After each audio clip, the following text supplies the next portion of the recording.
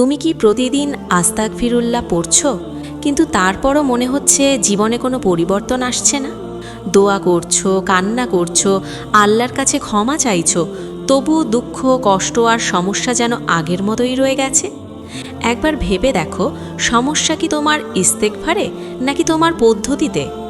আজকের এই ভিডিওটা তুমি যদি শেষ পর্যন্ত দেখো, তাহলে এমন কিছু সত্য জানতে পারবে যা হয়তো তুমি আগে কখনো শোনোনি। আর এই সত্যগুলো বুঝতে পারলে তোমার জীবন সত্যিই বদলে যেতে পারে ইনশাআল্লাহ।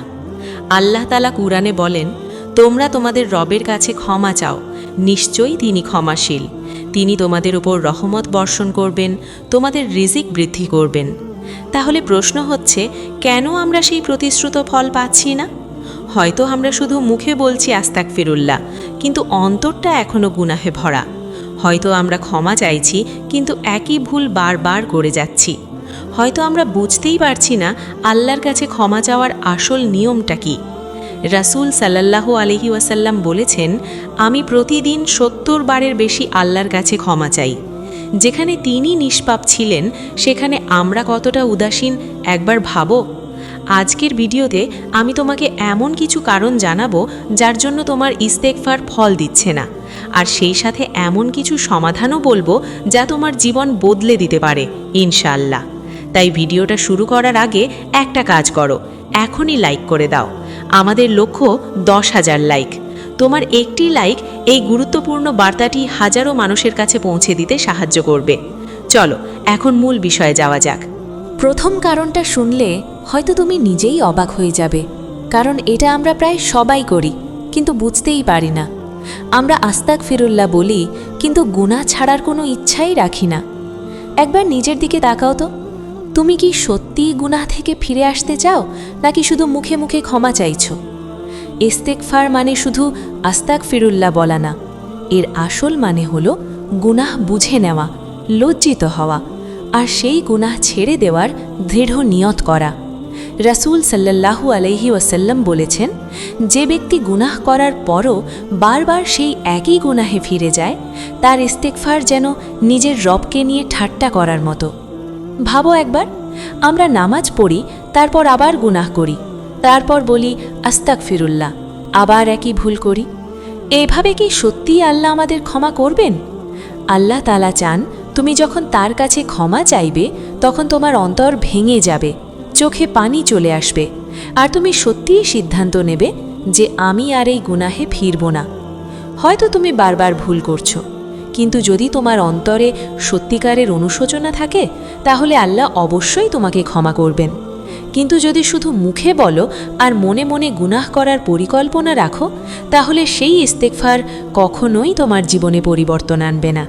তাই আজ থেকেই একটা সিদ্ধান্ত নাও, শুধু আস্তাগফিরুল্লাহ বলবো না, বরং সত্যিকারের তওবা করব। দ্বিতীয় কারণটা আরও ভয়ঙ্কর, এবং হয়তো এই কারণটাই তোমার ইস্তেগফার কবুল না হওয়ার সবচেয়ে বড় কারণ। আমরা আস্তাগফিরুল্লাহ বলি, কিন্তু আমাদের অন্তরে সেই অনুভূতিই থাকে না। একবার নিজেকে জিজ্ঞেস করো, তুমি যখন আস্তাগফিরুল্লাহ বলো, তখন কি সত্যিই তোমার মনে হয় তুমি একটা বড় ভুল করেছো? তোমার কি সত্যিই লজ্জা লাগে? তোমার কি চোখে পানি আসে? নাকি শুধু অভ্যাসবশত তাড়াহুড়ো করে কয়েকবার বলে ফেলো আস্তাগফিরুল্লাহ, আস্তাগফিরুল্লাহ? আল্লাহ তাআলা আমাদের মুখের শব্দের দিকে না, তিনি আমাদের অন্তরের অবস্থার দিকে তাকান। রাসূল সাল্লাল্লাহু আলাইহি ওয়াসাল্লাম বলেছেন, নিশ্চয়ই আল্লাহ তোমাদের চেহারা বা সম্পদের দিকে তাকান না, বরং তিনি তোমাদের অন্তর ও আমলের দিকে তাকান। তাহলে বুঝতেই পারছো, যদি তোমার অন্তরই পরিবর্তন না হয়, তাহলে শুধু শব্দ বললে কোনো লাভ হবে না। অনেক সময় আমরা গুনাহকে ছোট মনে করি, ভাবি এটা তো ছোট একটা ভুল, এতে কি হবে? কিন্তু মনে রেখো, ছোট ছোট গুনাহই একসময় বড় পাহাড় হয়ে যায়। আর যখন অন্তরে গুনাহের প্রতি ভয়েই থাকে না, তখন ইস্তেগফারও শুধুই মুখের কথা হয়ে যায়। সত্যিকারের ইস্তেগফার তখনই হয় যখন তুমি গুনাহকে ঘৃণা করবে, নিজের ভুলে লজ্জিত হবে, আর আল্লাহর সামনে নিজেকে অসহায় মনে করবে। আজ থেকেই চেষ্টা করো, যখন আস্তাগফিরুল্লাহ বলবে, তখন অন্তর দিয়ে বলো, অনুভব করে বলো, কারণ অন্তর ছাড়া ইস্তেগফার শুধু শব্দ, যার কোনো প্রভাব নেই। এবার যে কারণটা বলবো এটা সবচেয়ে গুরুত্বপূর্ণ, আর এটা ঠিক করতে পারলে তোমার জীবন সত্যিই বদলে যেতে পারে ইনশাল্লাহ। আমরা ইস্তেগফার করি, কিন্তু আল্লাহর উপর পূর্ণ ভরসা রাখি না।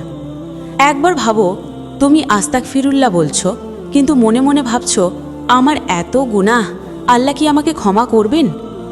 এই সন্দেহটাই তোমার সবচেয়ে বড় সমস্যা।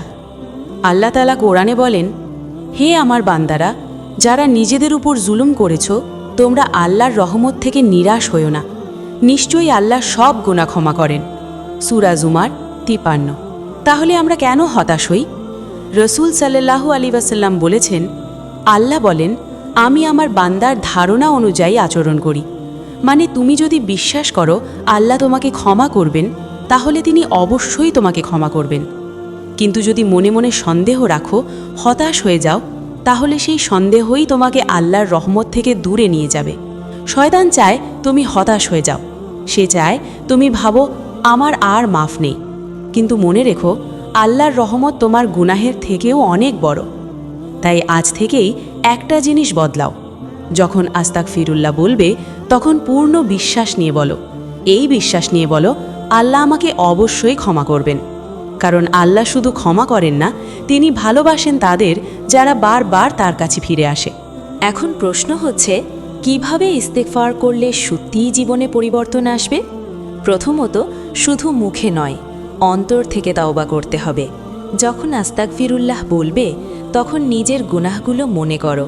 ভাবো আল্লাহ তোমাকে সব কিছু দিয়েছেন, তবুও তুমি ভুল করেছ।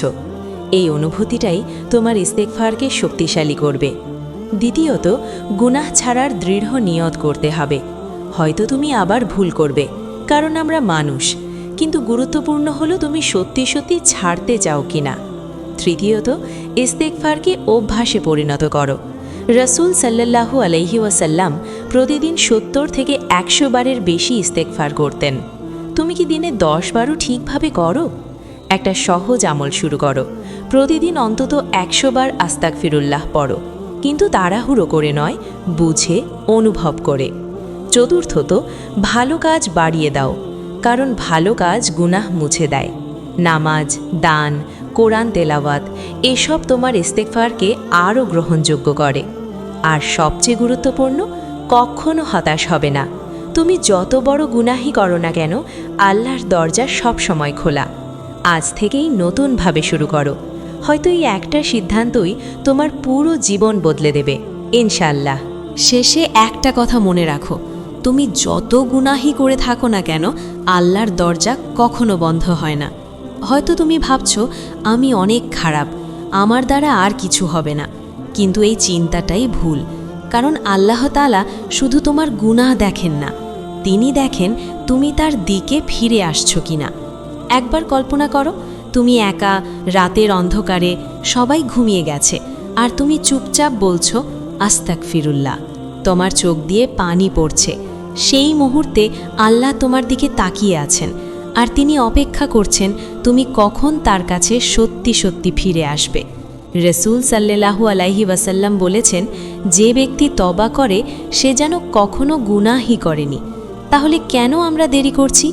হয়তো এই ভিডিওটাই তোমার জীবনের টার্নিং পয়েন্ট। হয়তো আজ থেকেই তোমার নতুন শুরু। আজ একটা সিদ্ধান্ত নাও, যে কোনো অবস্থাতেই আল্লাহর দিকে ফিরে আসবে, কখনো হাল ছাড়বে না, আর প্রতিদিন অন্তর থেকে আস্তাগফিরুল্লাহ বলবে। এই ভিডিওটা যদি তোমার ভালো লেগে থাকে, তাহলে এখনই লাইক করে দাও। আমাদের লক্ষ্য 10,000 লাইক। আর কমেন্টে লিখো আস্তাগফিরুল্লাহ, যাতে আমরা সবাই একসাথে এই আমল শুরু করতে পারি। এই ভিডিওটা শেয়ার করো, যেন আরও মানুষ উপকৃত হতে পারে। আল্লাহ আমাদের সবাইকে ক্ষমা করুন। আমিন।